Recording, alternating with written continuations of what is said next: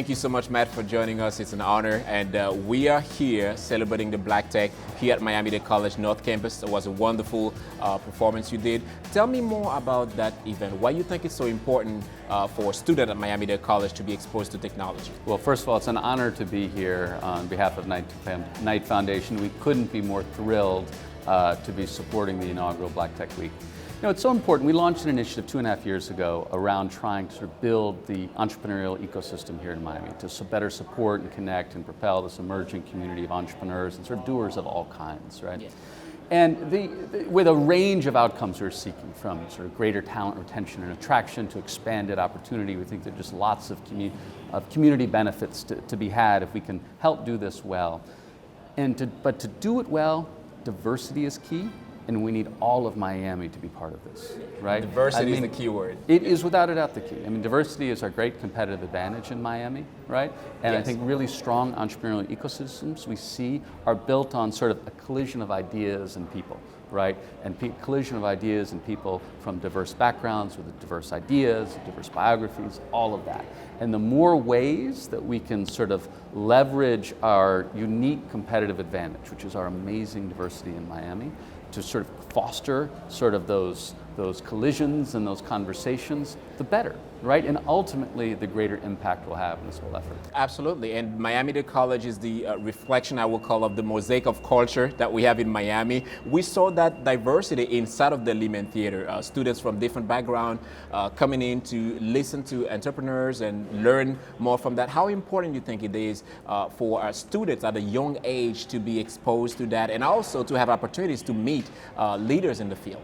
It's critical. I mean, having that sense of possibility, that sense of what one can do is, you know, without that, it's really hard to sort of think that you know, where we go, right? And sort of when we have that belief, suddenly anything's possible. And then of course, when you add on sort of on top of the belief, the ability to connect with those who've done it, to create sort of to foster those sort of mentor relationships that are so important, well, then we're really onto something, right? Yes. Then we're really moving. And frankly, I experienced it myself, right? And as we were getting ready to go on stage, I was talking with an entrepreneur who had just arrived here from Accra, right, from Ghana. And it turns out we actually have several mutual friends here in the States, and sort of he was sharing what he was doing, I was sharing what we're doing at Knight Foundation here in Miami.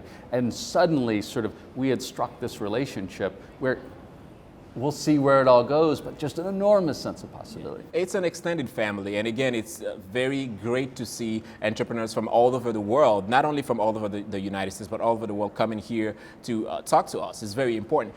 You know, as generally what we're seeing, to put it really simply, is that sort of the costs to create and do are dropping dramatically, yes. Right? So the ability of individuals and small groups to act in big transformative ways is going up dramatically, right? And so as a result, that's why we're seeing sort of these so-called startup communities launching in cities around the world. And I think that's the important thing. So often we get locked in this discussion about sort of obviously the major center like Silicon Valley, which is something that's unlike anywhere else, or what's happened in New York or maybe Austin. But actually, I think it's really important to widen the map. And we're saying, just this friend I mentioned who I was talking with, who's so active in Africa, we were walking through sort of the different really amazing startup scenes in Africa. You know, we know throughout Latin America, we're seeing sort of amazing things. Our cities are being reshaped. So it's sort of this global trend. And our bet here is in Miami is that we have sort of a place and this global sort of reshaping, this sort of conversation that's playing out for Miami to play a meaningful part. You know, Matt, you said it, I couldn't say it better than the way you put it. It's amazing because technology influences our daily life in everything we do. We have to use technology in our smartphone, you know, a computer, we have to use that. And at Knight Foundation, technology is one of the key elements that you pushing. Tell us more about some of the activities that you do at Sure, Knight I mean, Foundation. so Knight Foundation, our mission is promoting informed and engaged communities. We work in journalism, media innovation, we work in the arts, and then we have our community and national initiatives program, which we try to come up with specific initiatives in each of the cities where our founders, who are newspaper publishers, used to publish newspapers. And so, I mean, really across the board, I think technology plays a role of some kind. Certainly in our work in journalism and media innovation, the whole industry has been upended by media innovation, so there's just untold amounts of experimentation going on as we're trying to figure out how people are going to sort of both consume and deliver news and information in a digital environment, right? And then, of course, here in Miami, we're seeing how actually its technology is actually something that's reshaping cities. I could not end that interview without asking you about opportunities that students at Miami-Dade College can gain from the Knight Foundation and the community at large as well. Tell us more. Well, certainly take advantage of things such as this, Black Tech Week, a unique opportunity for learning and connection. But also the Idea Center, which is actually at your downtown campus, which is available for all Miami-Dade College students to go to get mentorship. And there's actually an accelerator where students can go to work to build their idea and actually get sort of the learning and sort of the hands-on teaching to try and sort of understand that all goes into sort of both not only thinking of an idea, but then actually sort of the ups and downs of sort of building it. Absolutely. Thank you so much, Matt. It was an honor having you on stage. Great to be here. Thank you. We'll be right back after the commercial break.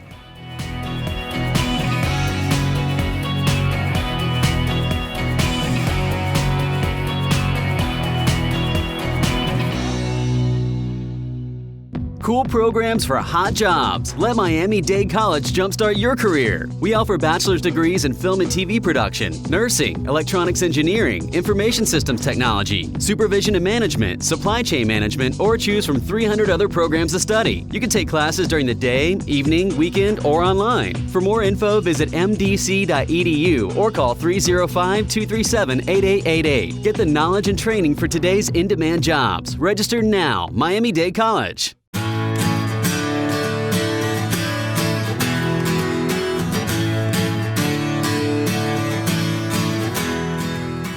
Welcome back. Joining us now is the president of Miami-Dade College North Campus, Malusi Harrison. Thank you so much for being here. Black Tech Week, we saw a mosaic of culture here instead of the theater, different students.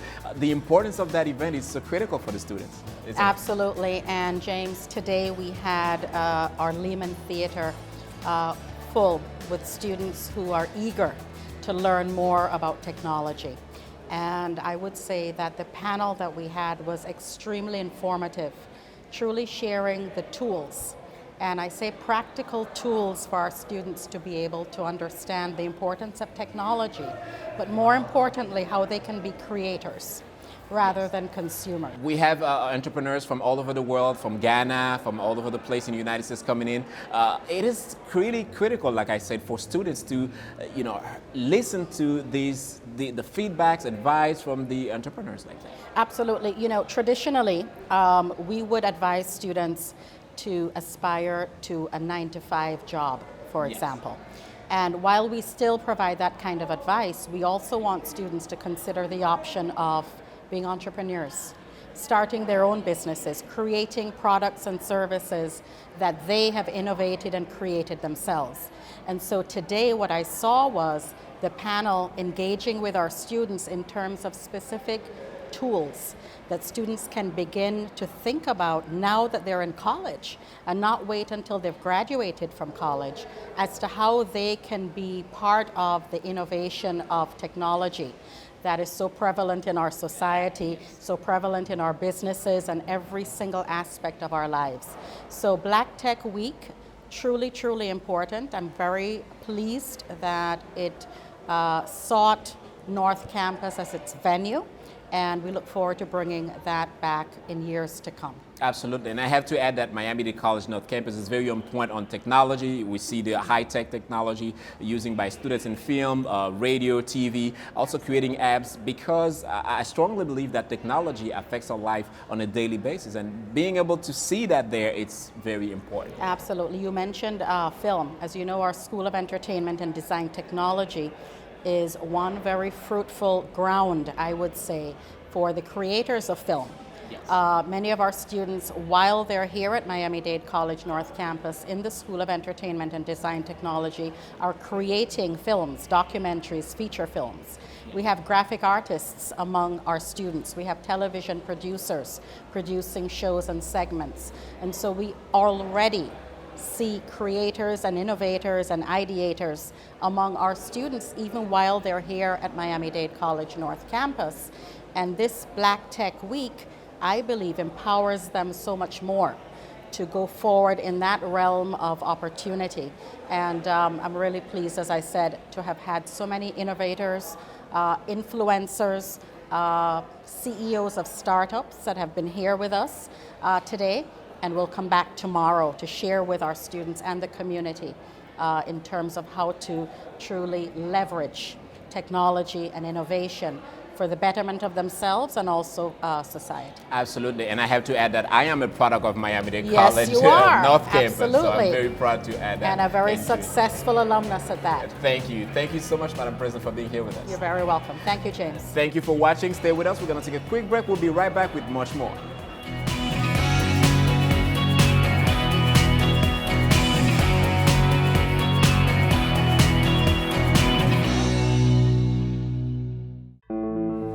Miami-Dade College is a great college. It changed my life. Miami-Dade is really like a family. They really embrace the students. They really have a way of making you feel wanted, making you feel loved, making you feel that you can really do what you desire to do. I'm very happy that I came to Miami-Dade College North. Wonderful faculty, wonderful advisors. I feel speechless because they're so good at what they do. I feel that students should not give up. They should become someone. They should be in a major that they love. And Miami-Dade really, has made a huge impact on my life for the better. I feel that everyone should do that. Everyone should take that extra step and continue their education. Come here to Miami-Dade. Miami-Dade is great.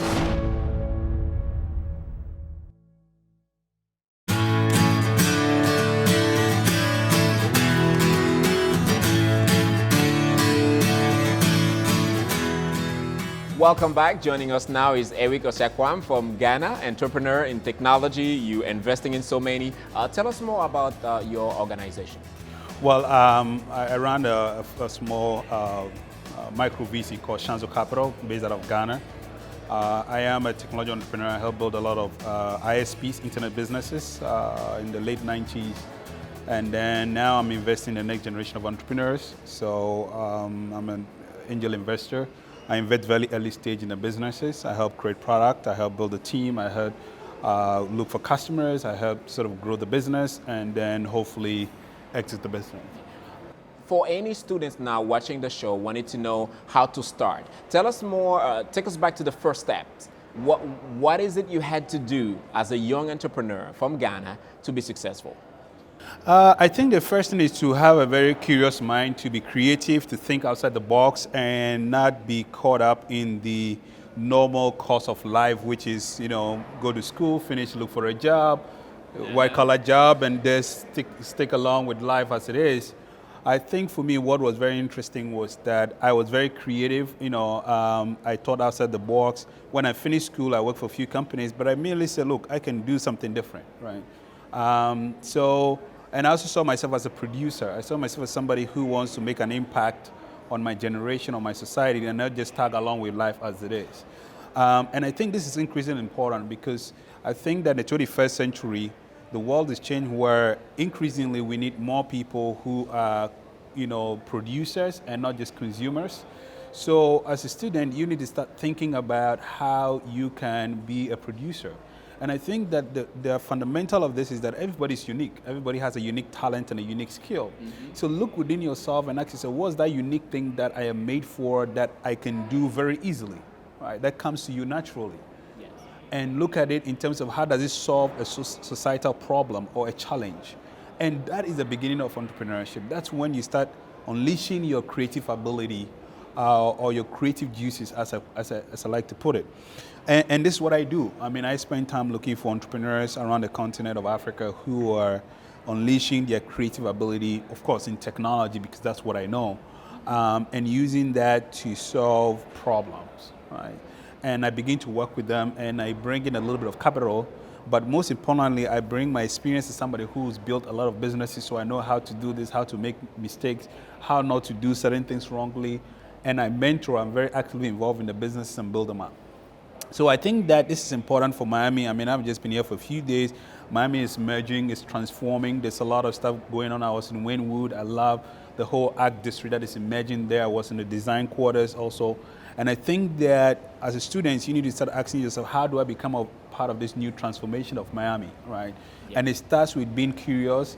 It starts with thinking outside the box, and it starts with telling yourself, I want to be a producer, I want to contribute my bit to the society. That is wonderful, starting with the point of saying, I want to make an impact, I want to be a producer, that desire. Your company is in Ghana, but you expand that all the way to the continent of Africa. Tell us more about the investment that you do there. Well, so when I started in my early life, when we pioneered internet in Africa, I was all over the continent, right? I've set up business in about 32 African countries. Again, just to put it in context, Africa is a continent of 54 countries. Absolutely. So, different culture, different people. So I got initially exposed to the continent, and I think part of my DNA just loves travel and curiosity and that sort of stuff. So I enjoyed doing that, and so based on that experience, I'm now investing. Again, it's like this is my second iteration, right? Investing across the continent. I currently have 8 startups in 6 countries, and these countries are Ghana, Nigeria, Kenya, South Africa, Senegal. I'm looking actively into Ivory Coast now. And so we have startups in these countries, and I spend time there with the entrepreneurs. We cross-pollinate with other investors, other angels. We co-invest and that sort of stuff. I'm curious to know how many employees that you have, how many members you have in your company. On average, each of the companies, this new area, I have roughly 5 people in the team. So they are all very early stage companies. The biggest among them is a company that I invested in 2005. It currently employs 40 people. So I would say, it's taking them 10 years to get to 40 people. But in Ghana, that's fairly a decent achievement.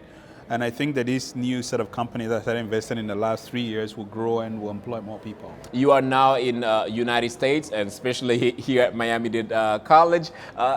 Any interest to invest in the United States? Is it part of your visit? Okay, the thing about investing is that you invest in what you know and where you know, right? And you invest in people. So for now, my focus is primarily in Africa because that's where a lot of my experience is. The reason why I got invited is a very good friend of mine, Derek, who moved from Boston here, and a very entrepreneurial, sort of invited me to the event because I was interested in connecting to Africa. So Derek, Ashon connected with Derek Pearson, and like I said, when I came, I found that there's a great entrepreneurial ecosystem. There's a lot happening. Miami is, in my view, again, this is just my 2 days of exploring here, is like going through this transformation that will sort of herald the next phase of the city. So that's exciting. I met a few interesting business people yesterday over lunch and driving around and looking around. So I always like to say never say never. And so if there's an it's a market to explore, right? It's a market to explore, and also the world is a global village today. Yes. So today the Chinese are investing everywhere. Why not? If there's an opportunity and the right parameters, I'll be happy to explore it. But I think that there's something happening here, and it's exciting. Wow. Thank you so much, Eric. I appreciate the time that we had and learned from you, and hopefully our viewers as well will learn more, and especially the students from Miami-Dade College. Thank you so much. Thank you also for having me. All right, stay with us. We're going to take a quick break. We'll be right back with much more.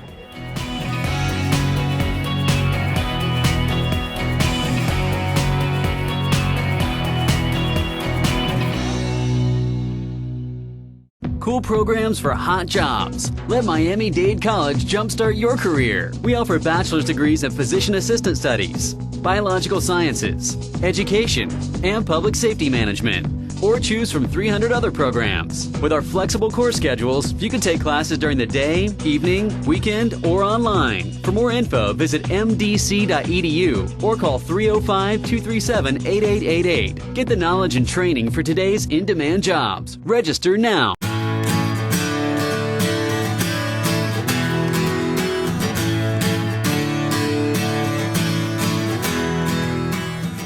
Welcome back. Joining us now is Felicia. I am so excited and honored to have you on stage with me. Black Tech Week, Yes. your baby. Yes. It comes alive. We see everybody inside of the theater. Yeah. Tell me about the process to have that week happen. First of all, so thank you so much for having me on your show. It's such an honor. So people keep saying it's my baby. So, I mean, you can say that Derek and I are kind of the brainchild behind it, but there's so many partners that have come together in order to make this happen. So I could never take the credit by myself. But you know, there's a few reasons as to why Black Tech Week came together, and then why it came together in Miami, which is really important. I think we got to, you know, when we were first starting to reach out to speakers on the West Coast and Silicon Valley, and they were like, it sounds like a great event, but why Miami? And I'm just like, why not Miami? Why not Are you coming or not? There Right? we go. Right? Why not Absolutely. Miami? Because, you know, the weather is great, right? First of all, let's get that can't out there. We beat know that. this. We're gonna brag to the people up north.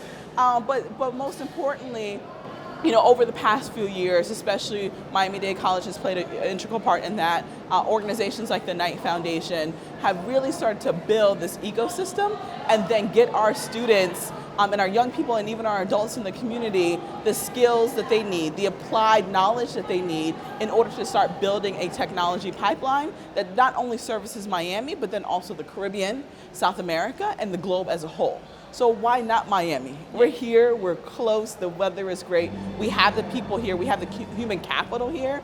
And so it's just a matter of putting all those things together, but then also making sure that we don't duplicate the bad things that have come from Silicon Valley, right? We know they have a very big diversity issue that they're trying to fix. And I always say, if Miami does it right and keep going on this path that we're going, we will be a model city of how tech diversity works for the entire world. Absolutely. Talking about mosaic of culture, we saw that inside of the theater, you know, students from different backgrounds, Absolutely. but also entrepreneurs from all over the world. Oh, yeah. We interviewed Eric from Ghana. Yes, being absolutely. here. Yes. Wow, how you pull that together? So that's Derek, man. He was, you know, pounding out speakers, researching speakers, wanting to have speakers that, so let me take a step back. So there's so much talk that has been about the diversity issue, right? We know the numbers, they're not ugly, they're not anything we want to brag about, but we wanted to build a conference, an entire week of programming that really focused on solutions. So that's what the framework that we knew first. The second part was, who are these people that are not only talking about solutions, but have created solutions and scalable solutions. So that's where Eric came from, right? I'm reaching all the way to Africa because we also wanted to show the pipeline and the opportunities in areas that don't usually get the coverage as showing their opportunities, right? Usually that other story is being told of poverty and disruption and all these, and corruption and all these different things, and no one's talking about the sheer genius that is in our community, not just here but around the globe, which is really important. No, absolutely, and I give you a good thumbs up on that, because it's very good to have entrepreneurs from all over the world coming in, talking to students at Miami-Dade College. Absolutely. Here. You a model to the community, I have to say. How you pulled that together? Tell me about your business, how you started. So I'm mostly known because I started a gourmet popsicle company 6 years ago. Really unique. We do private label, a lot of major clients like Google, like PayPal, Forever 21, and just did it something that was really fun and found a really cool niche within that space.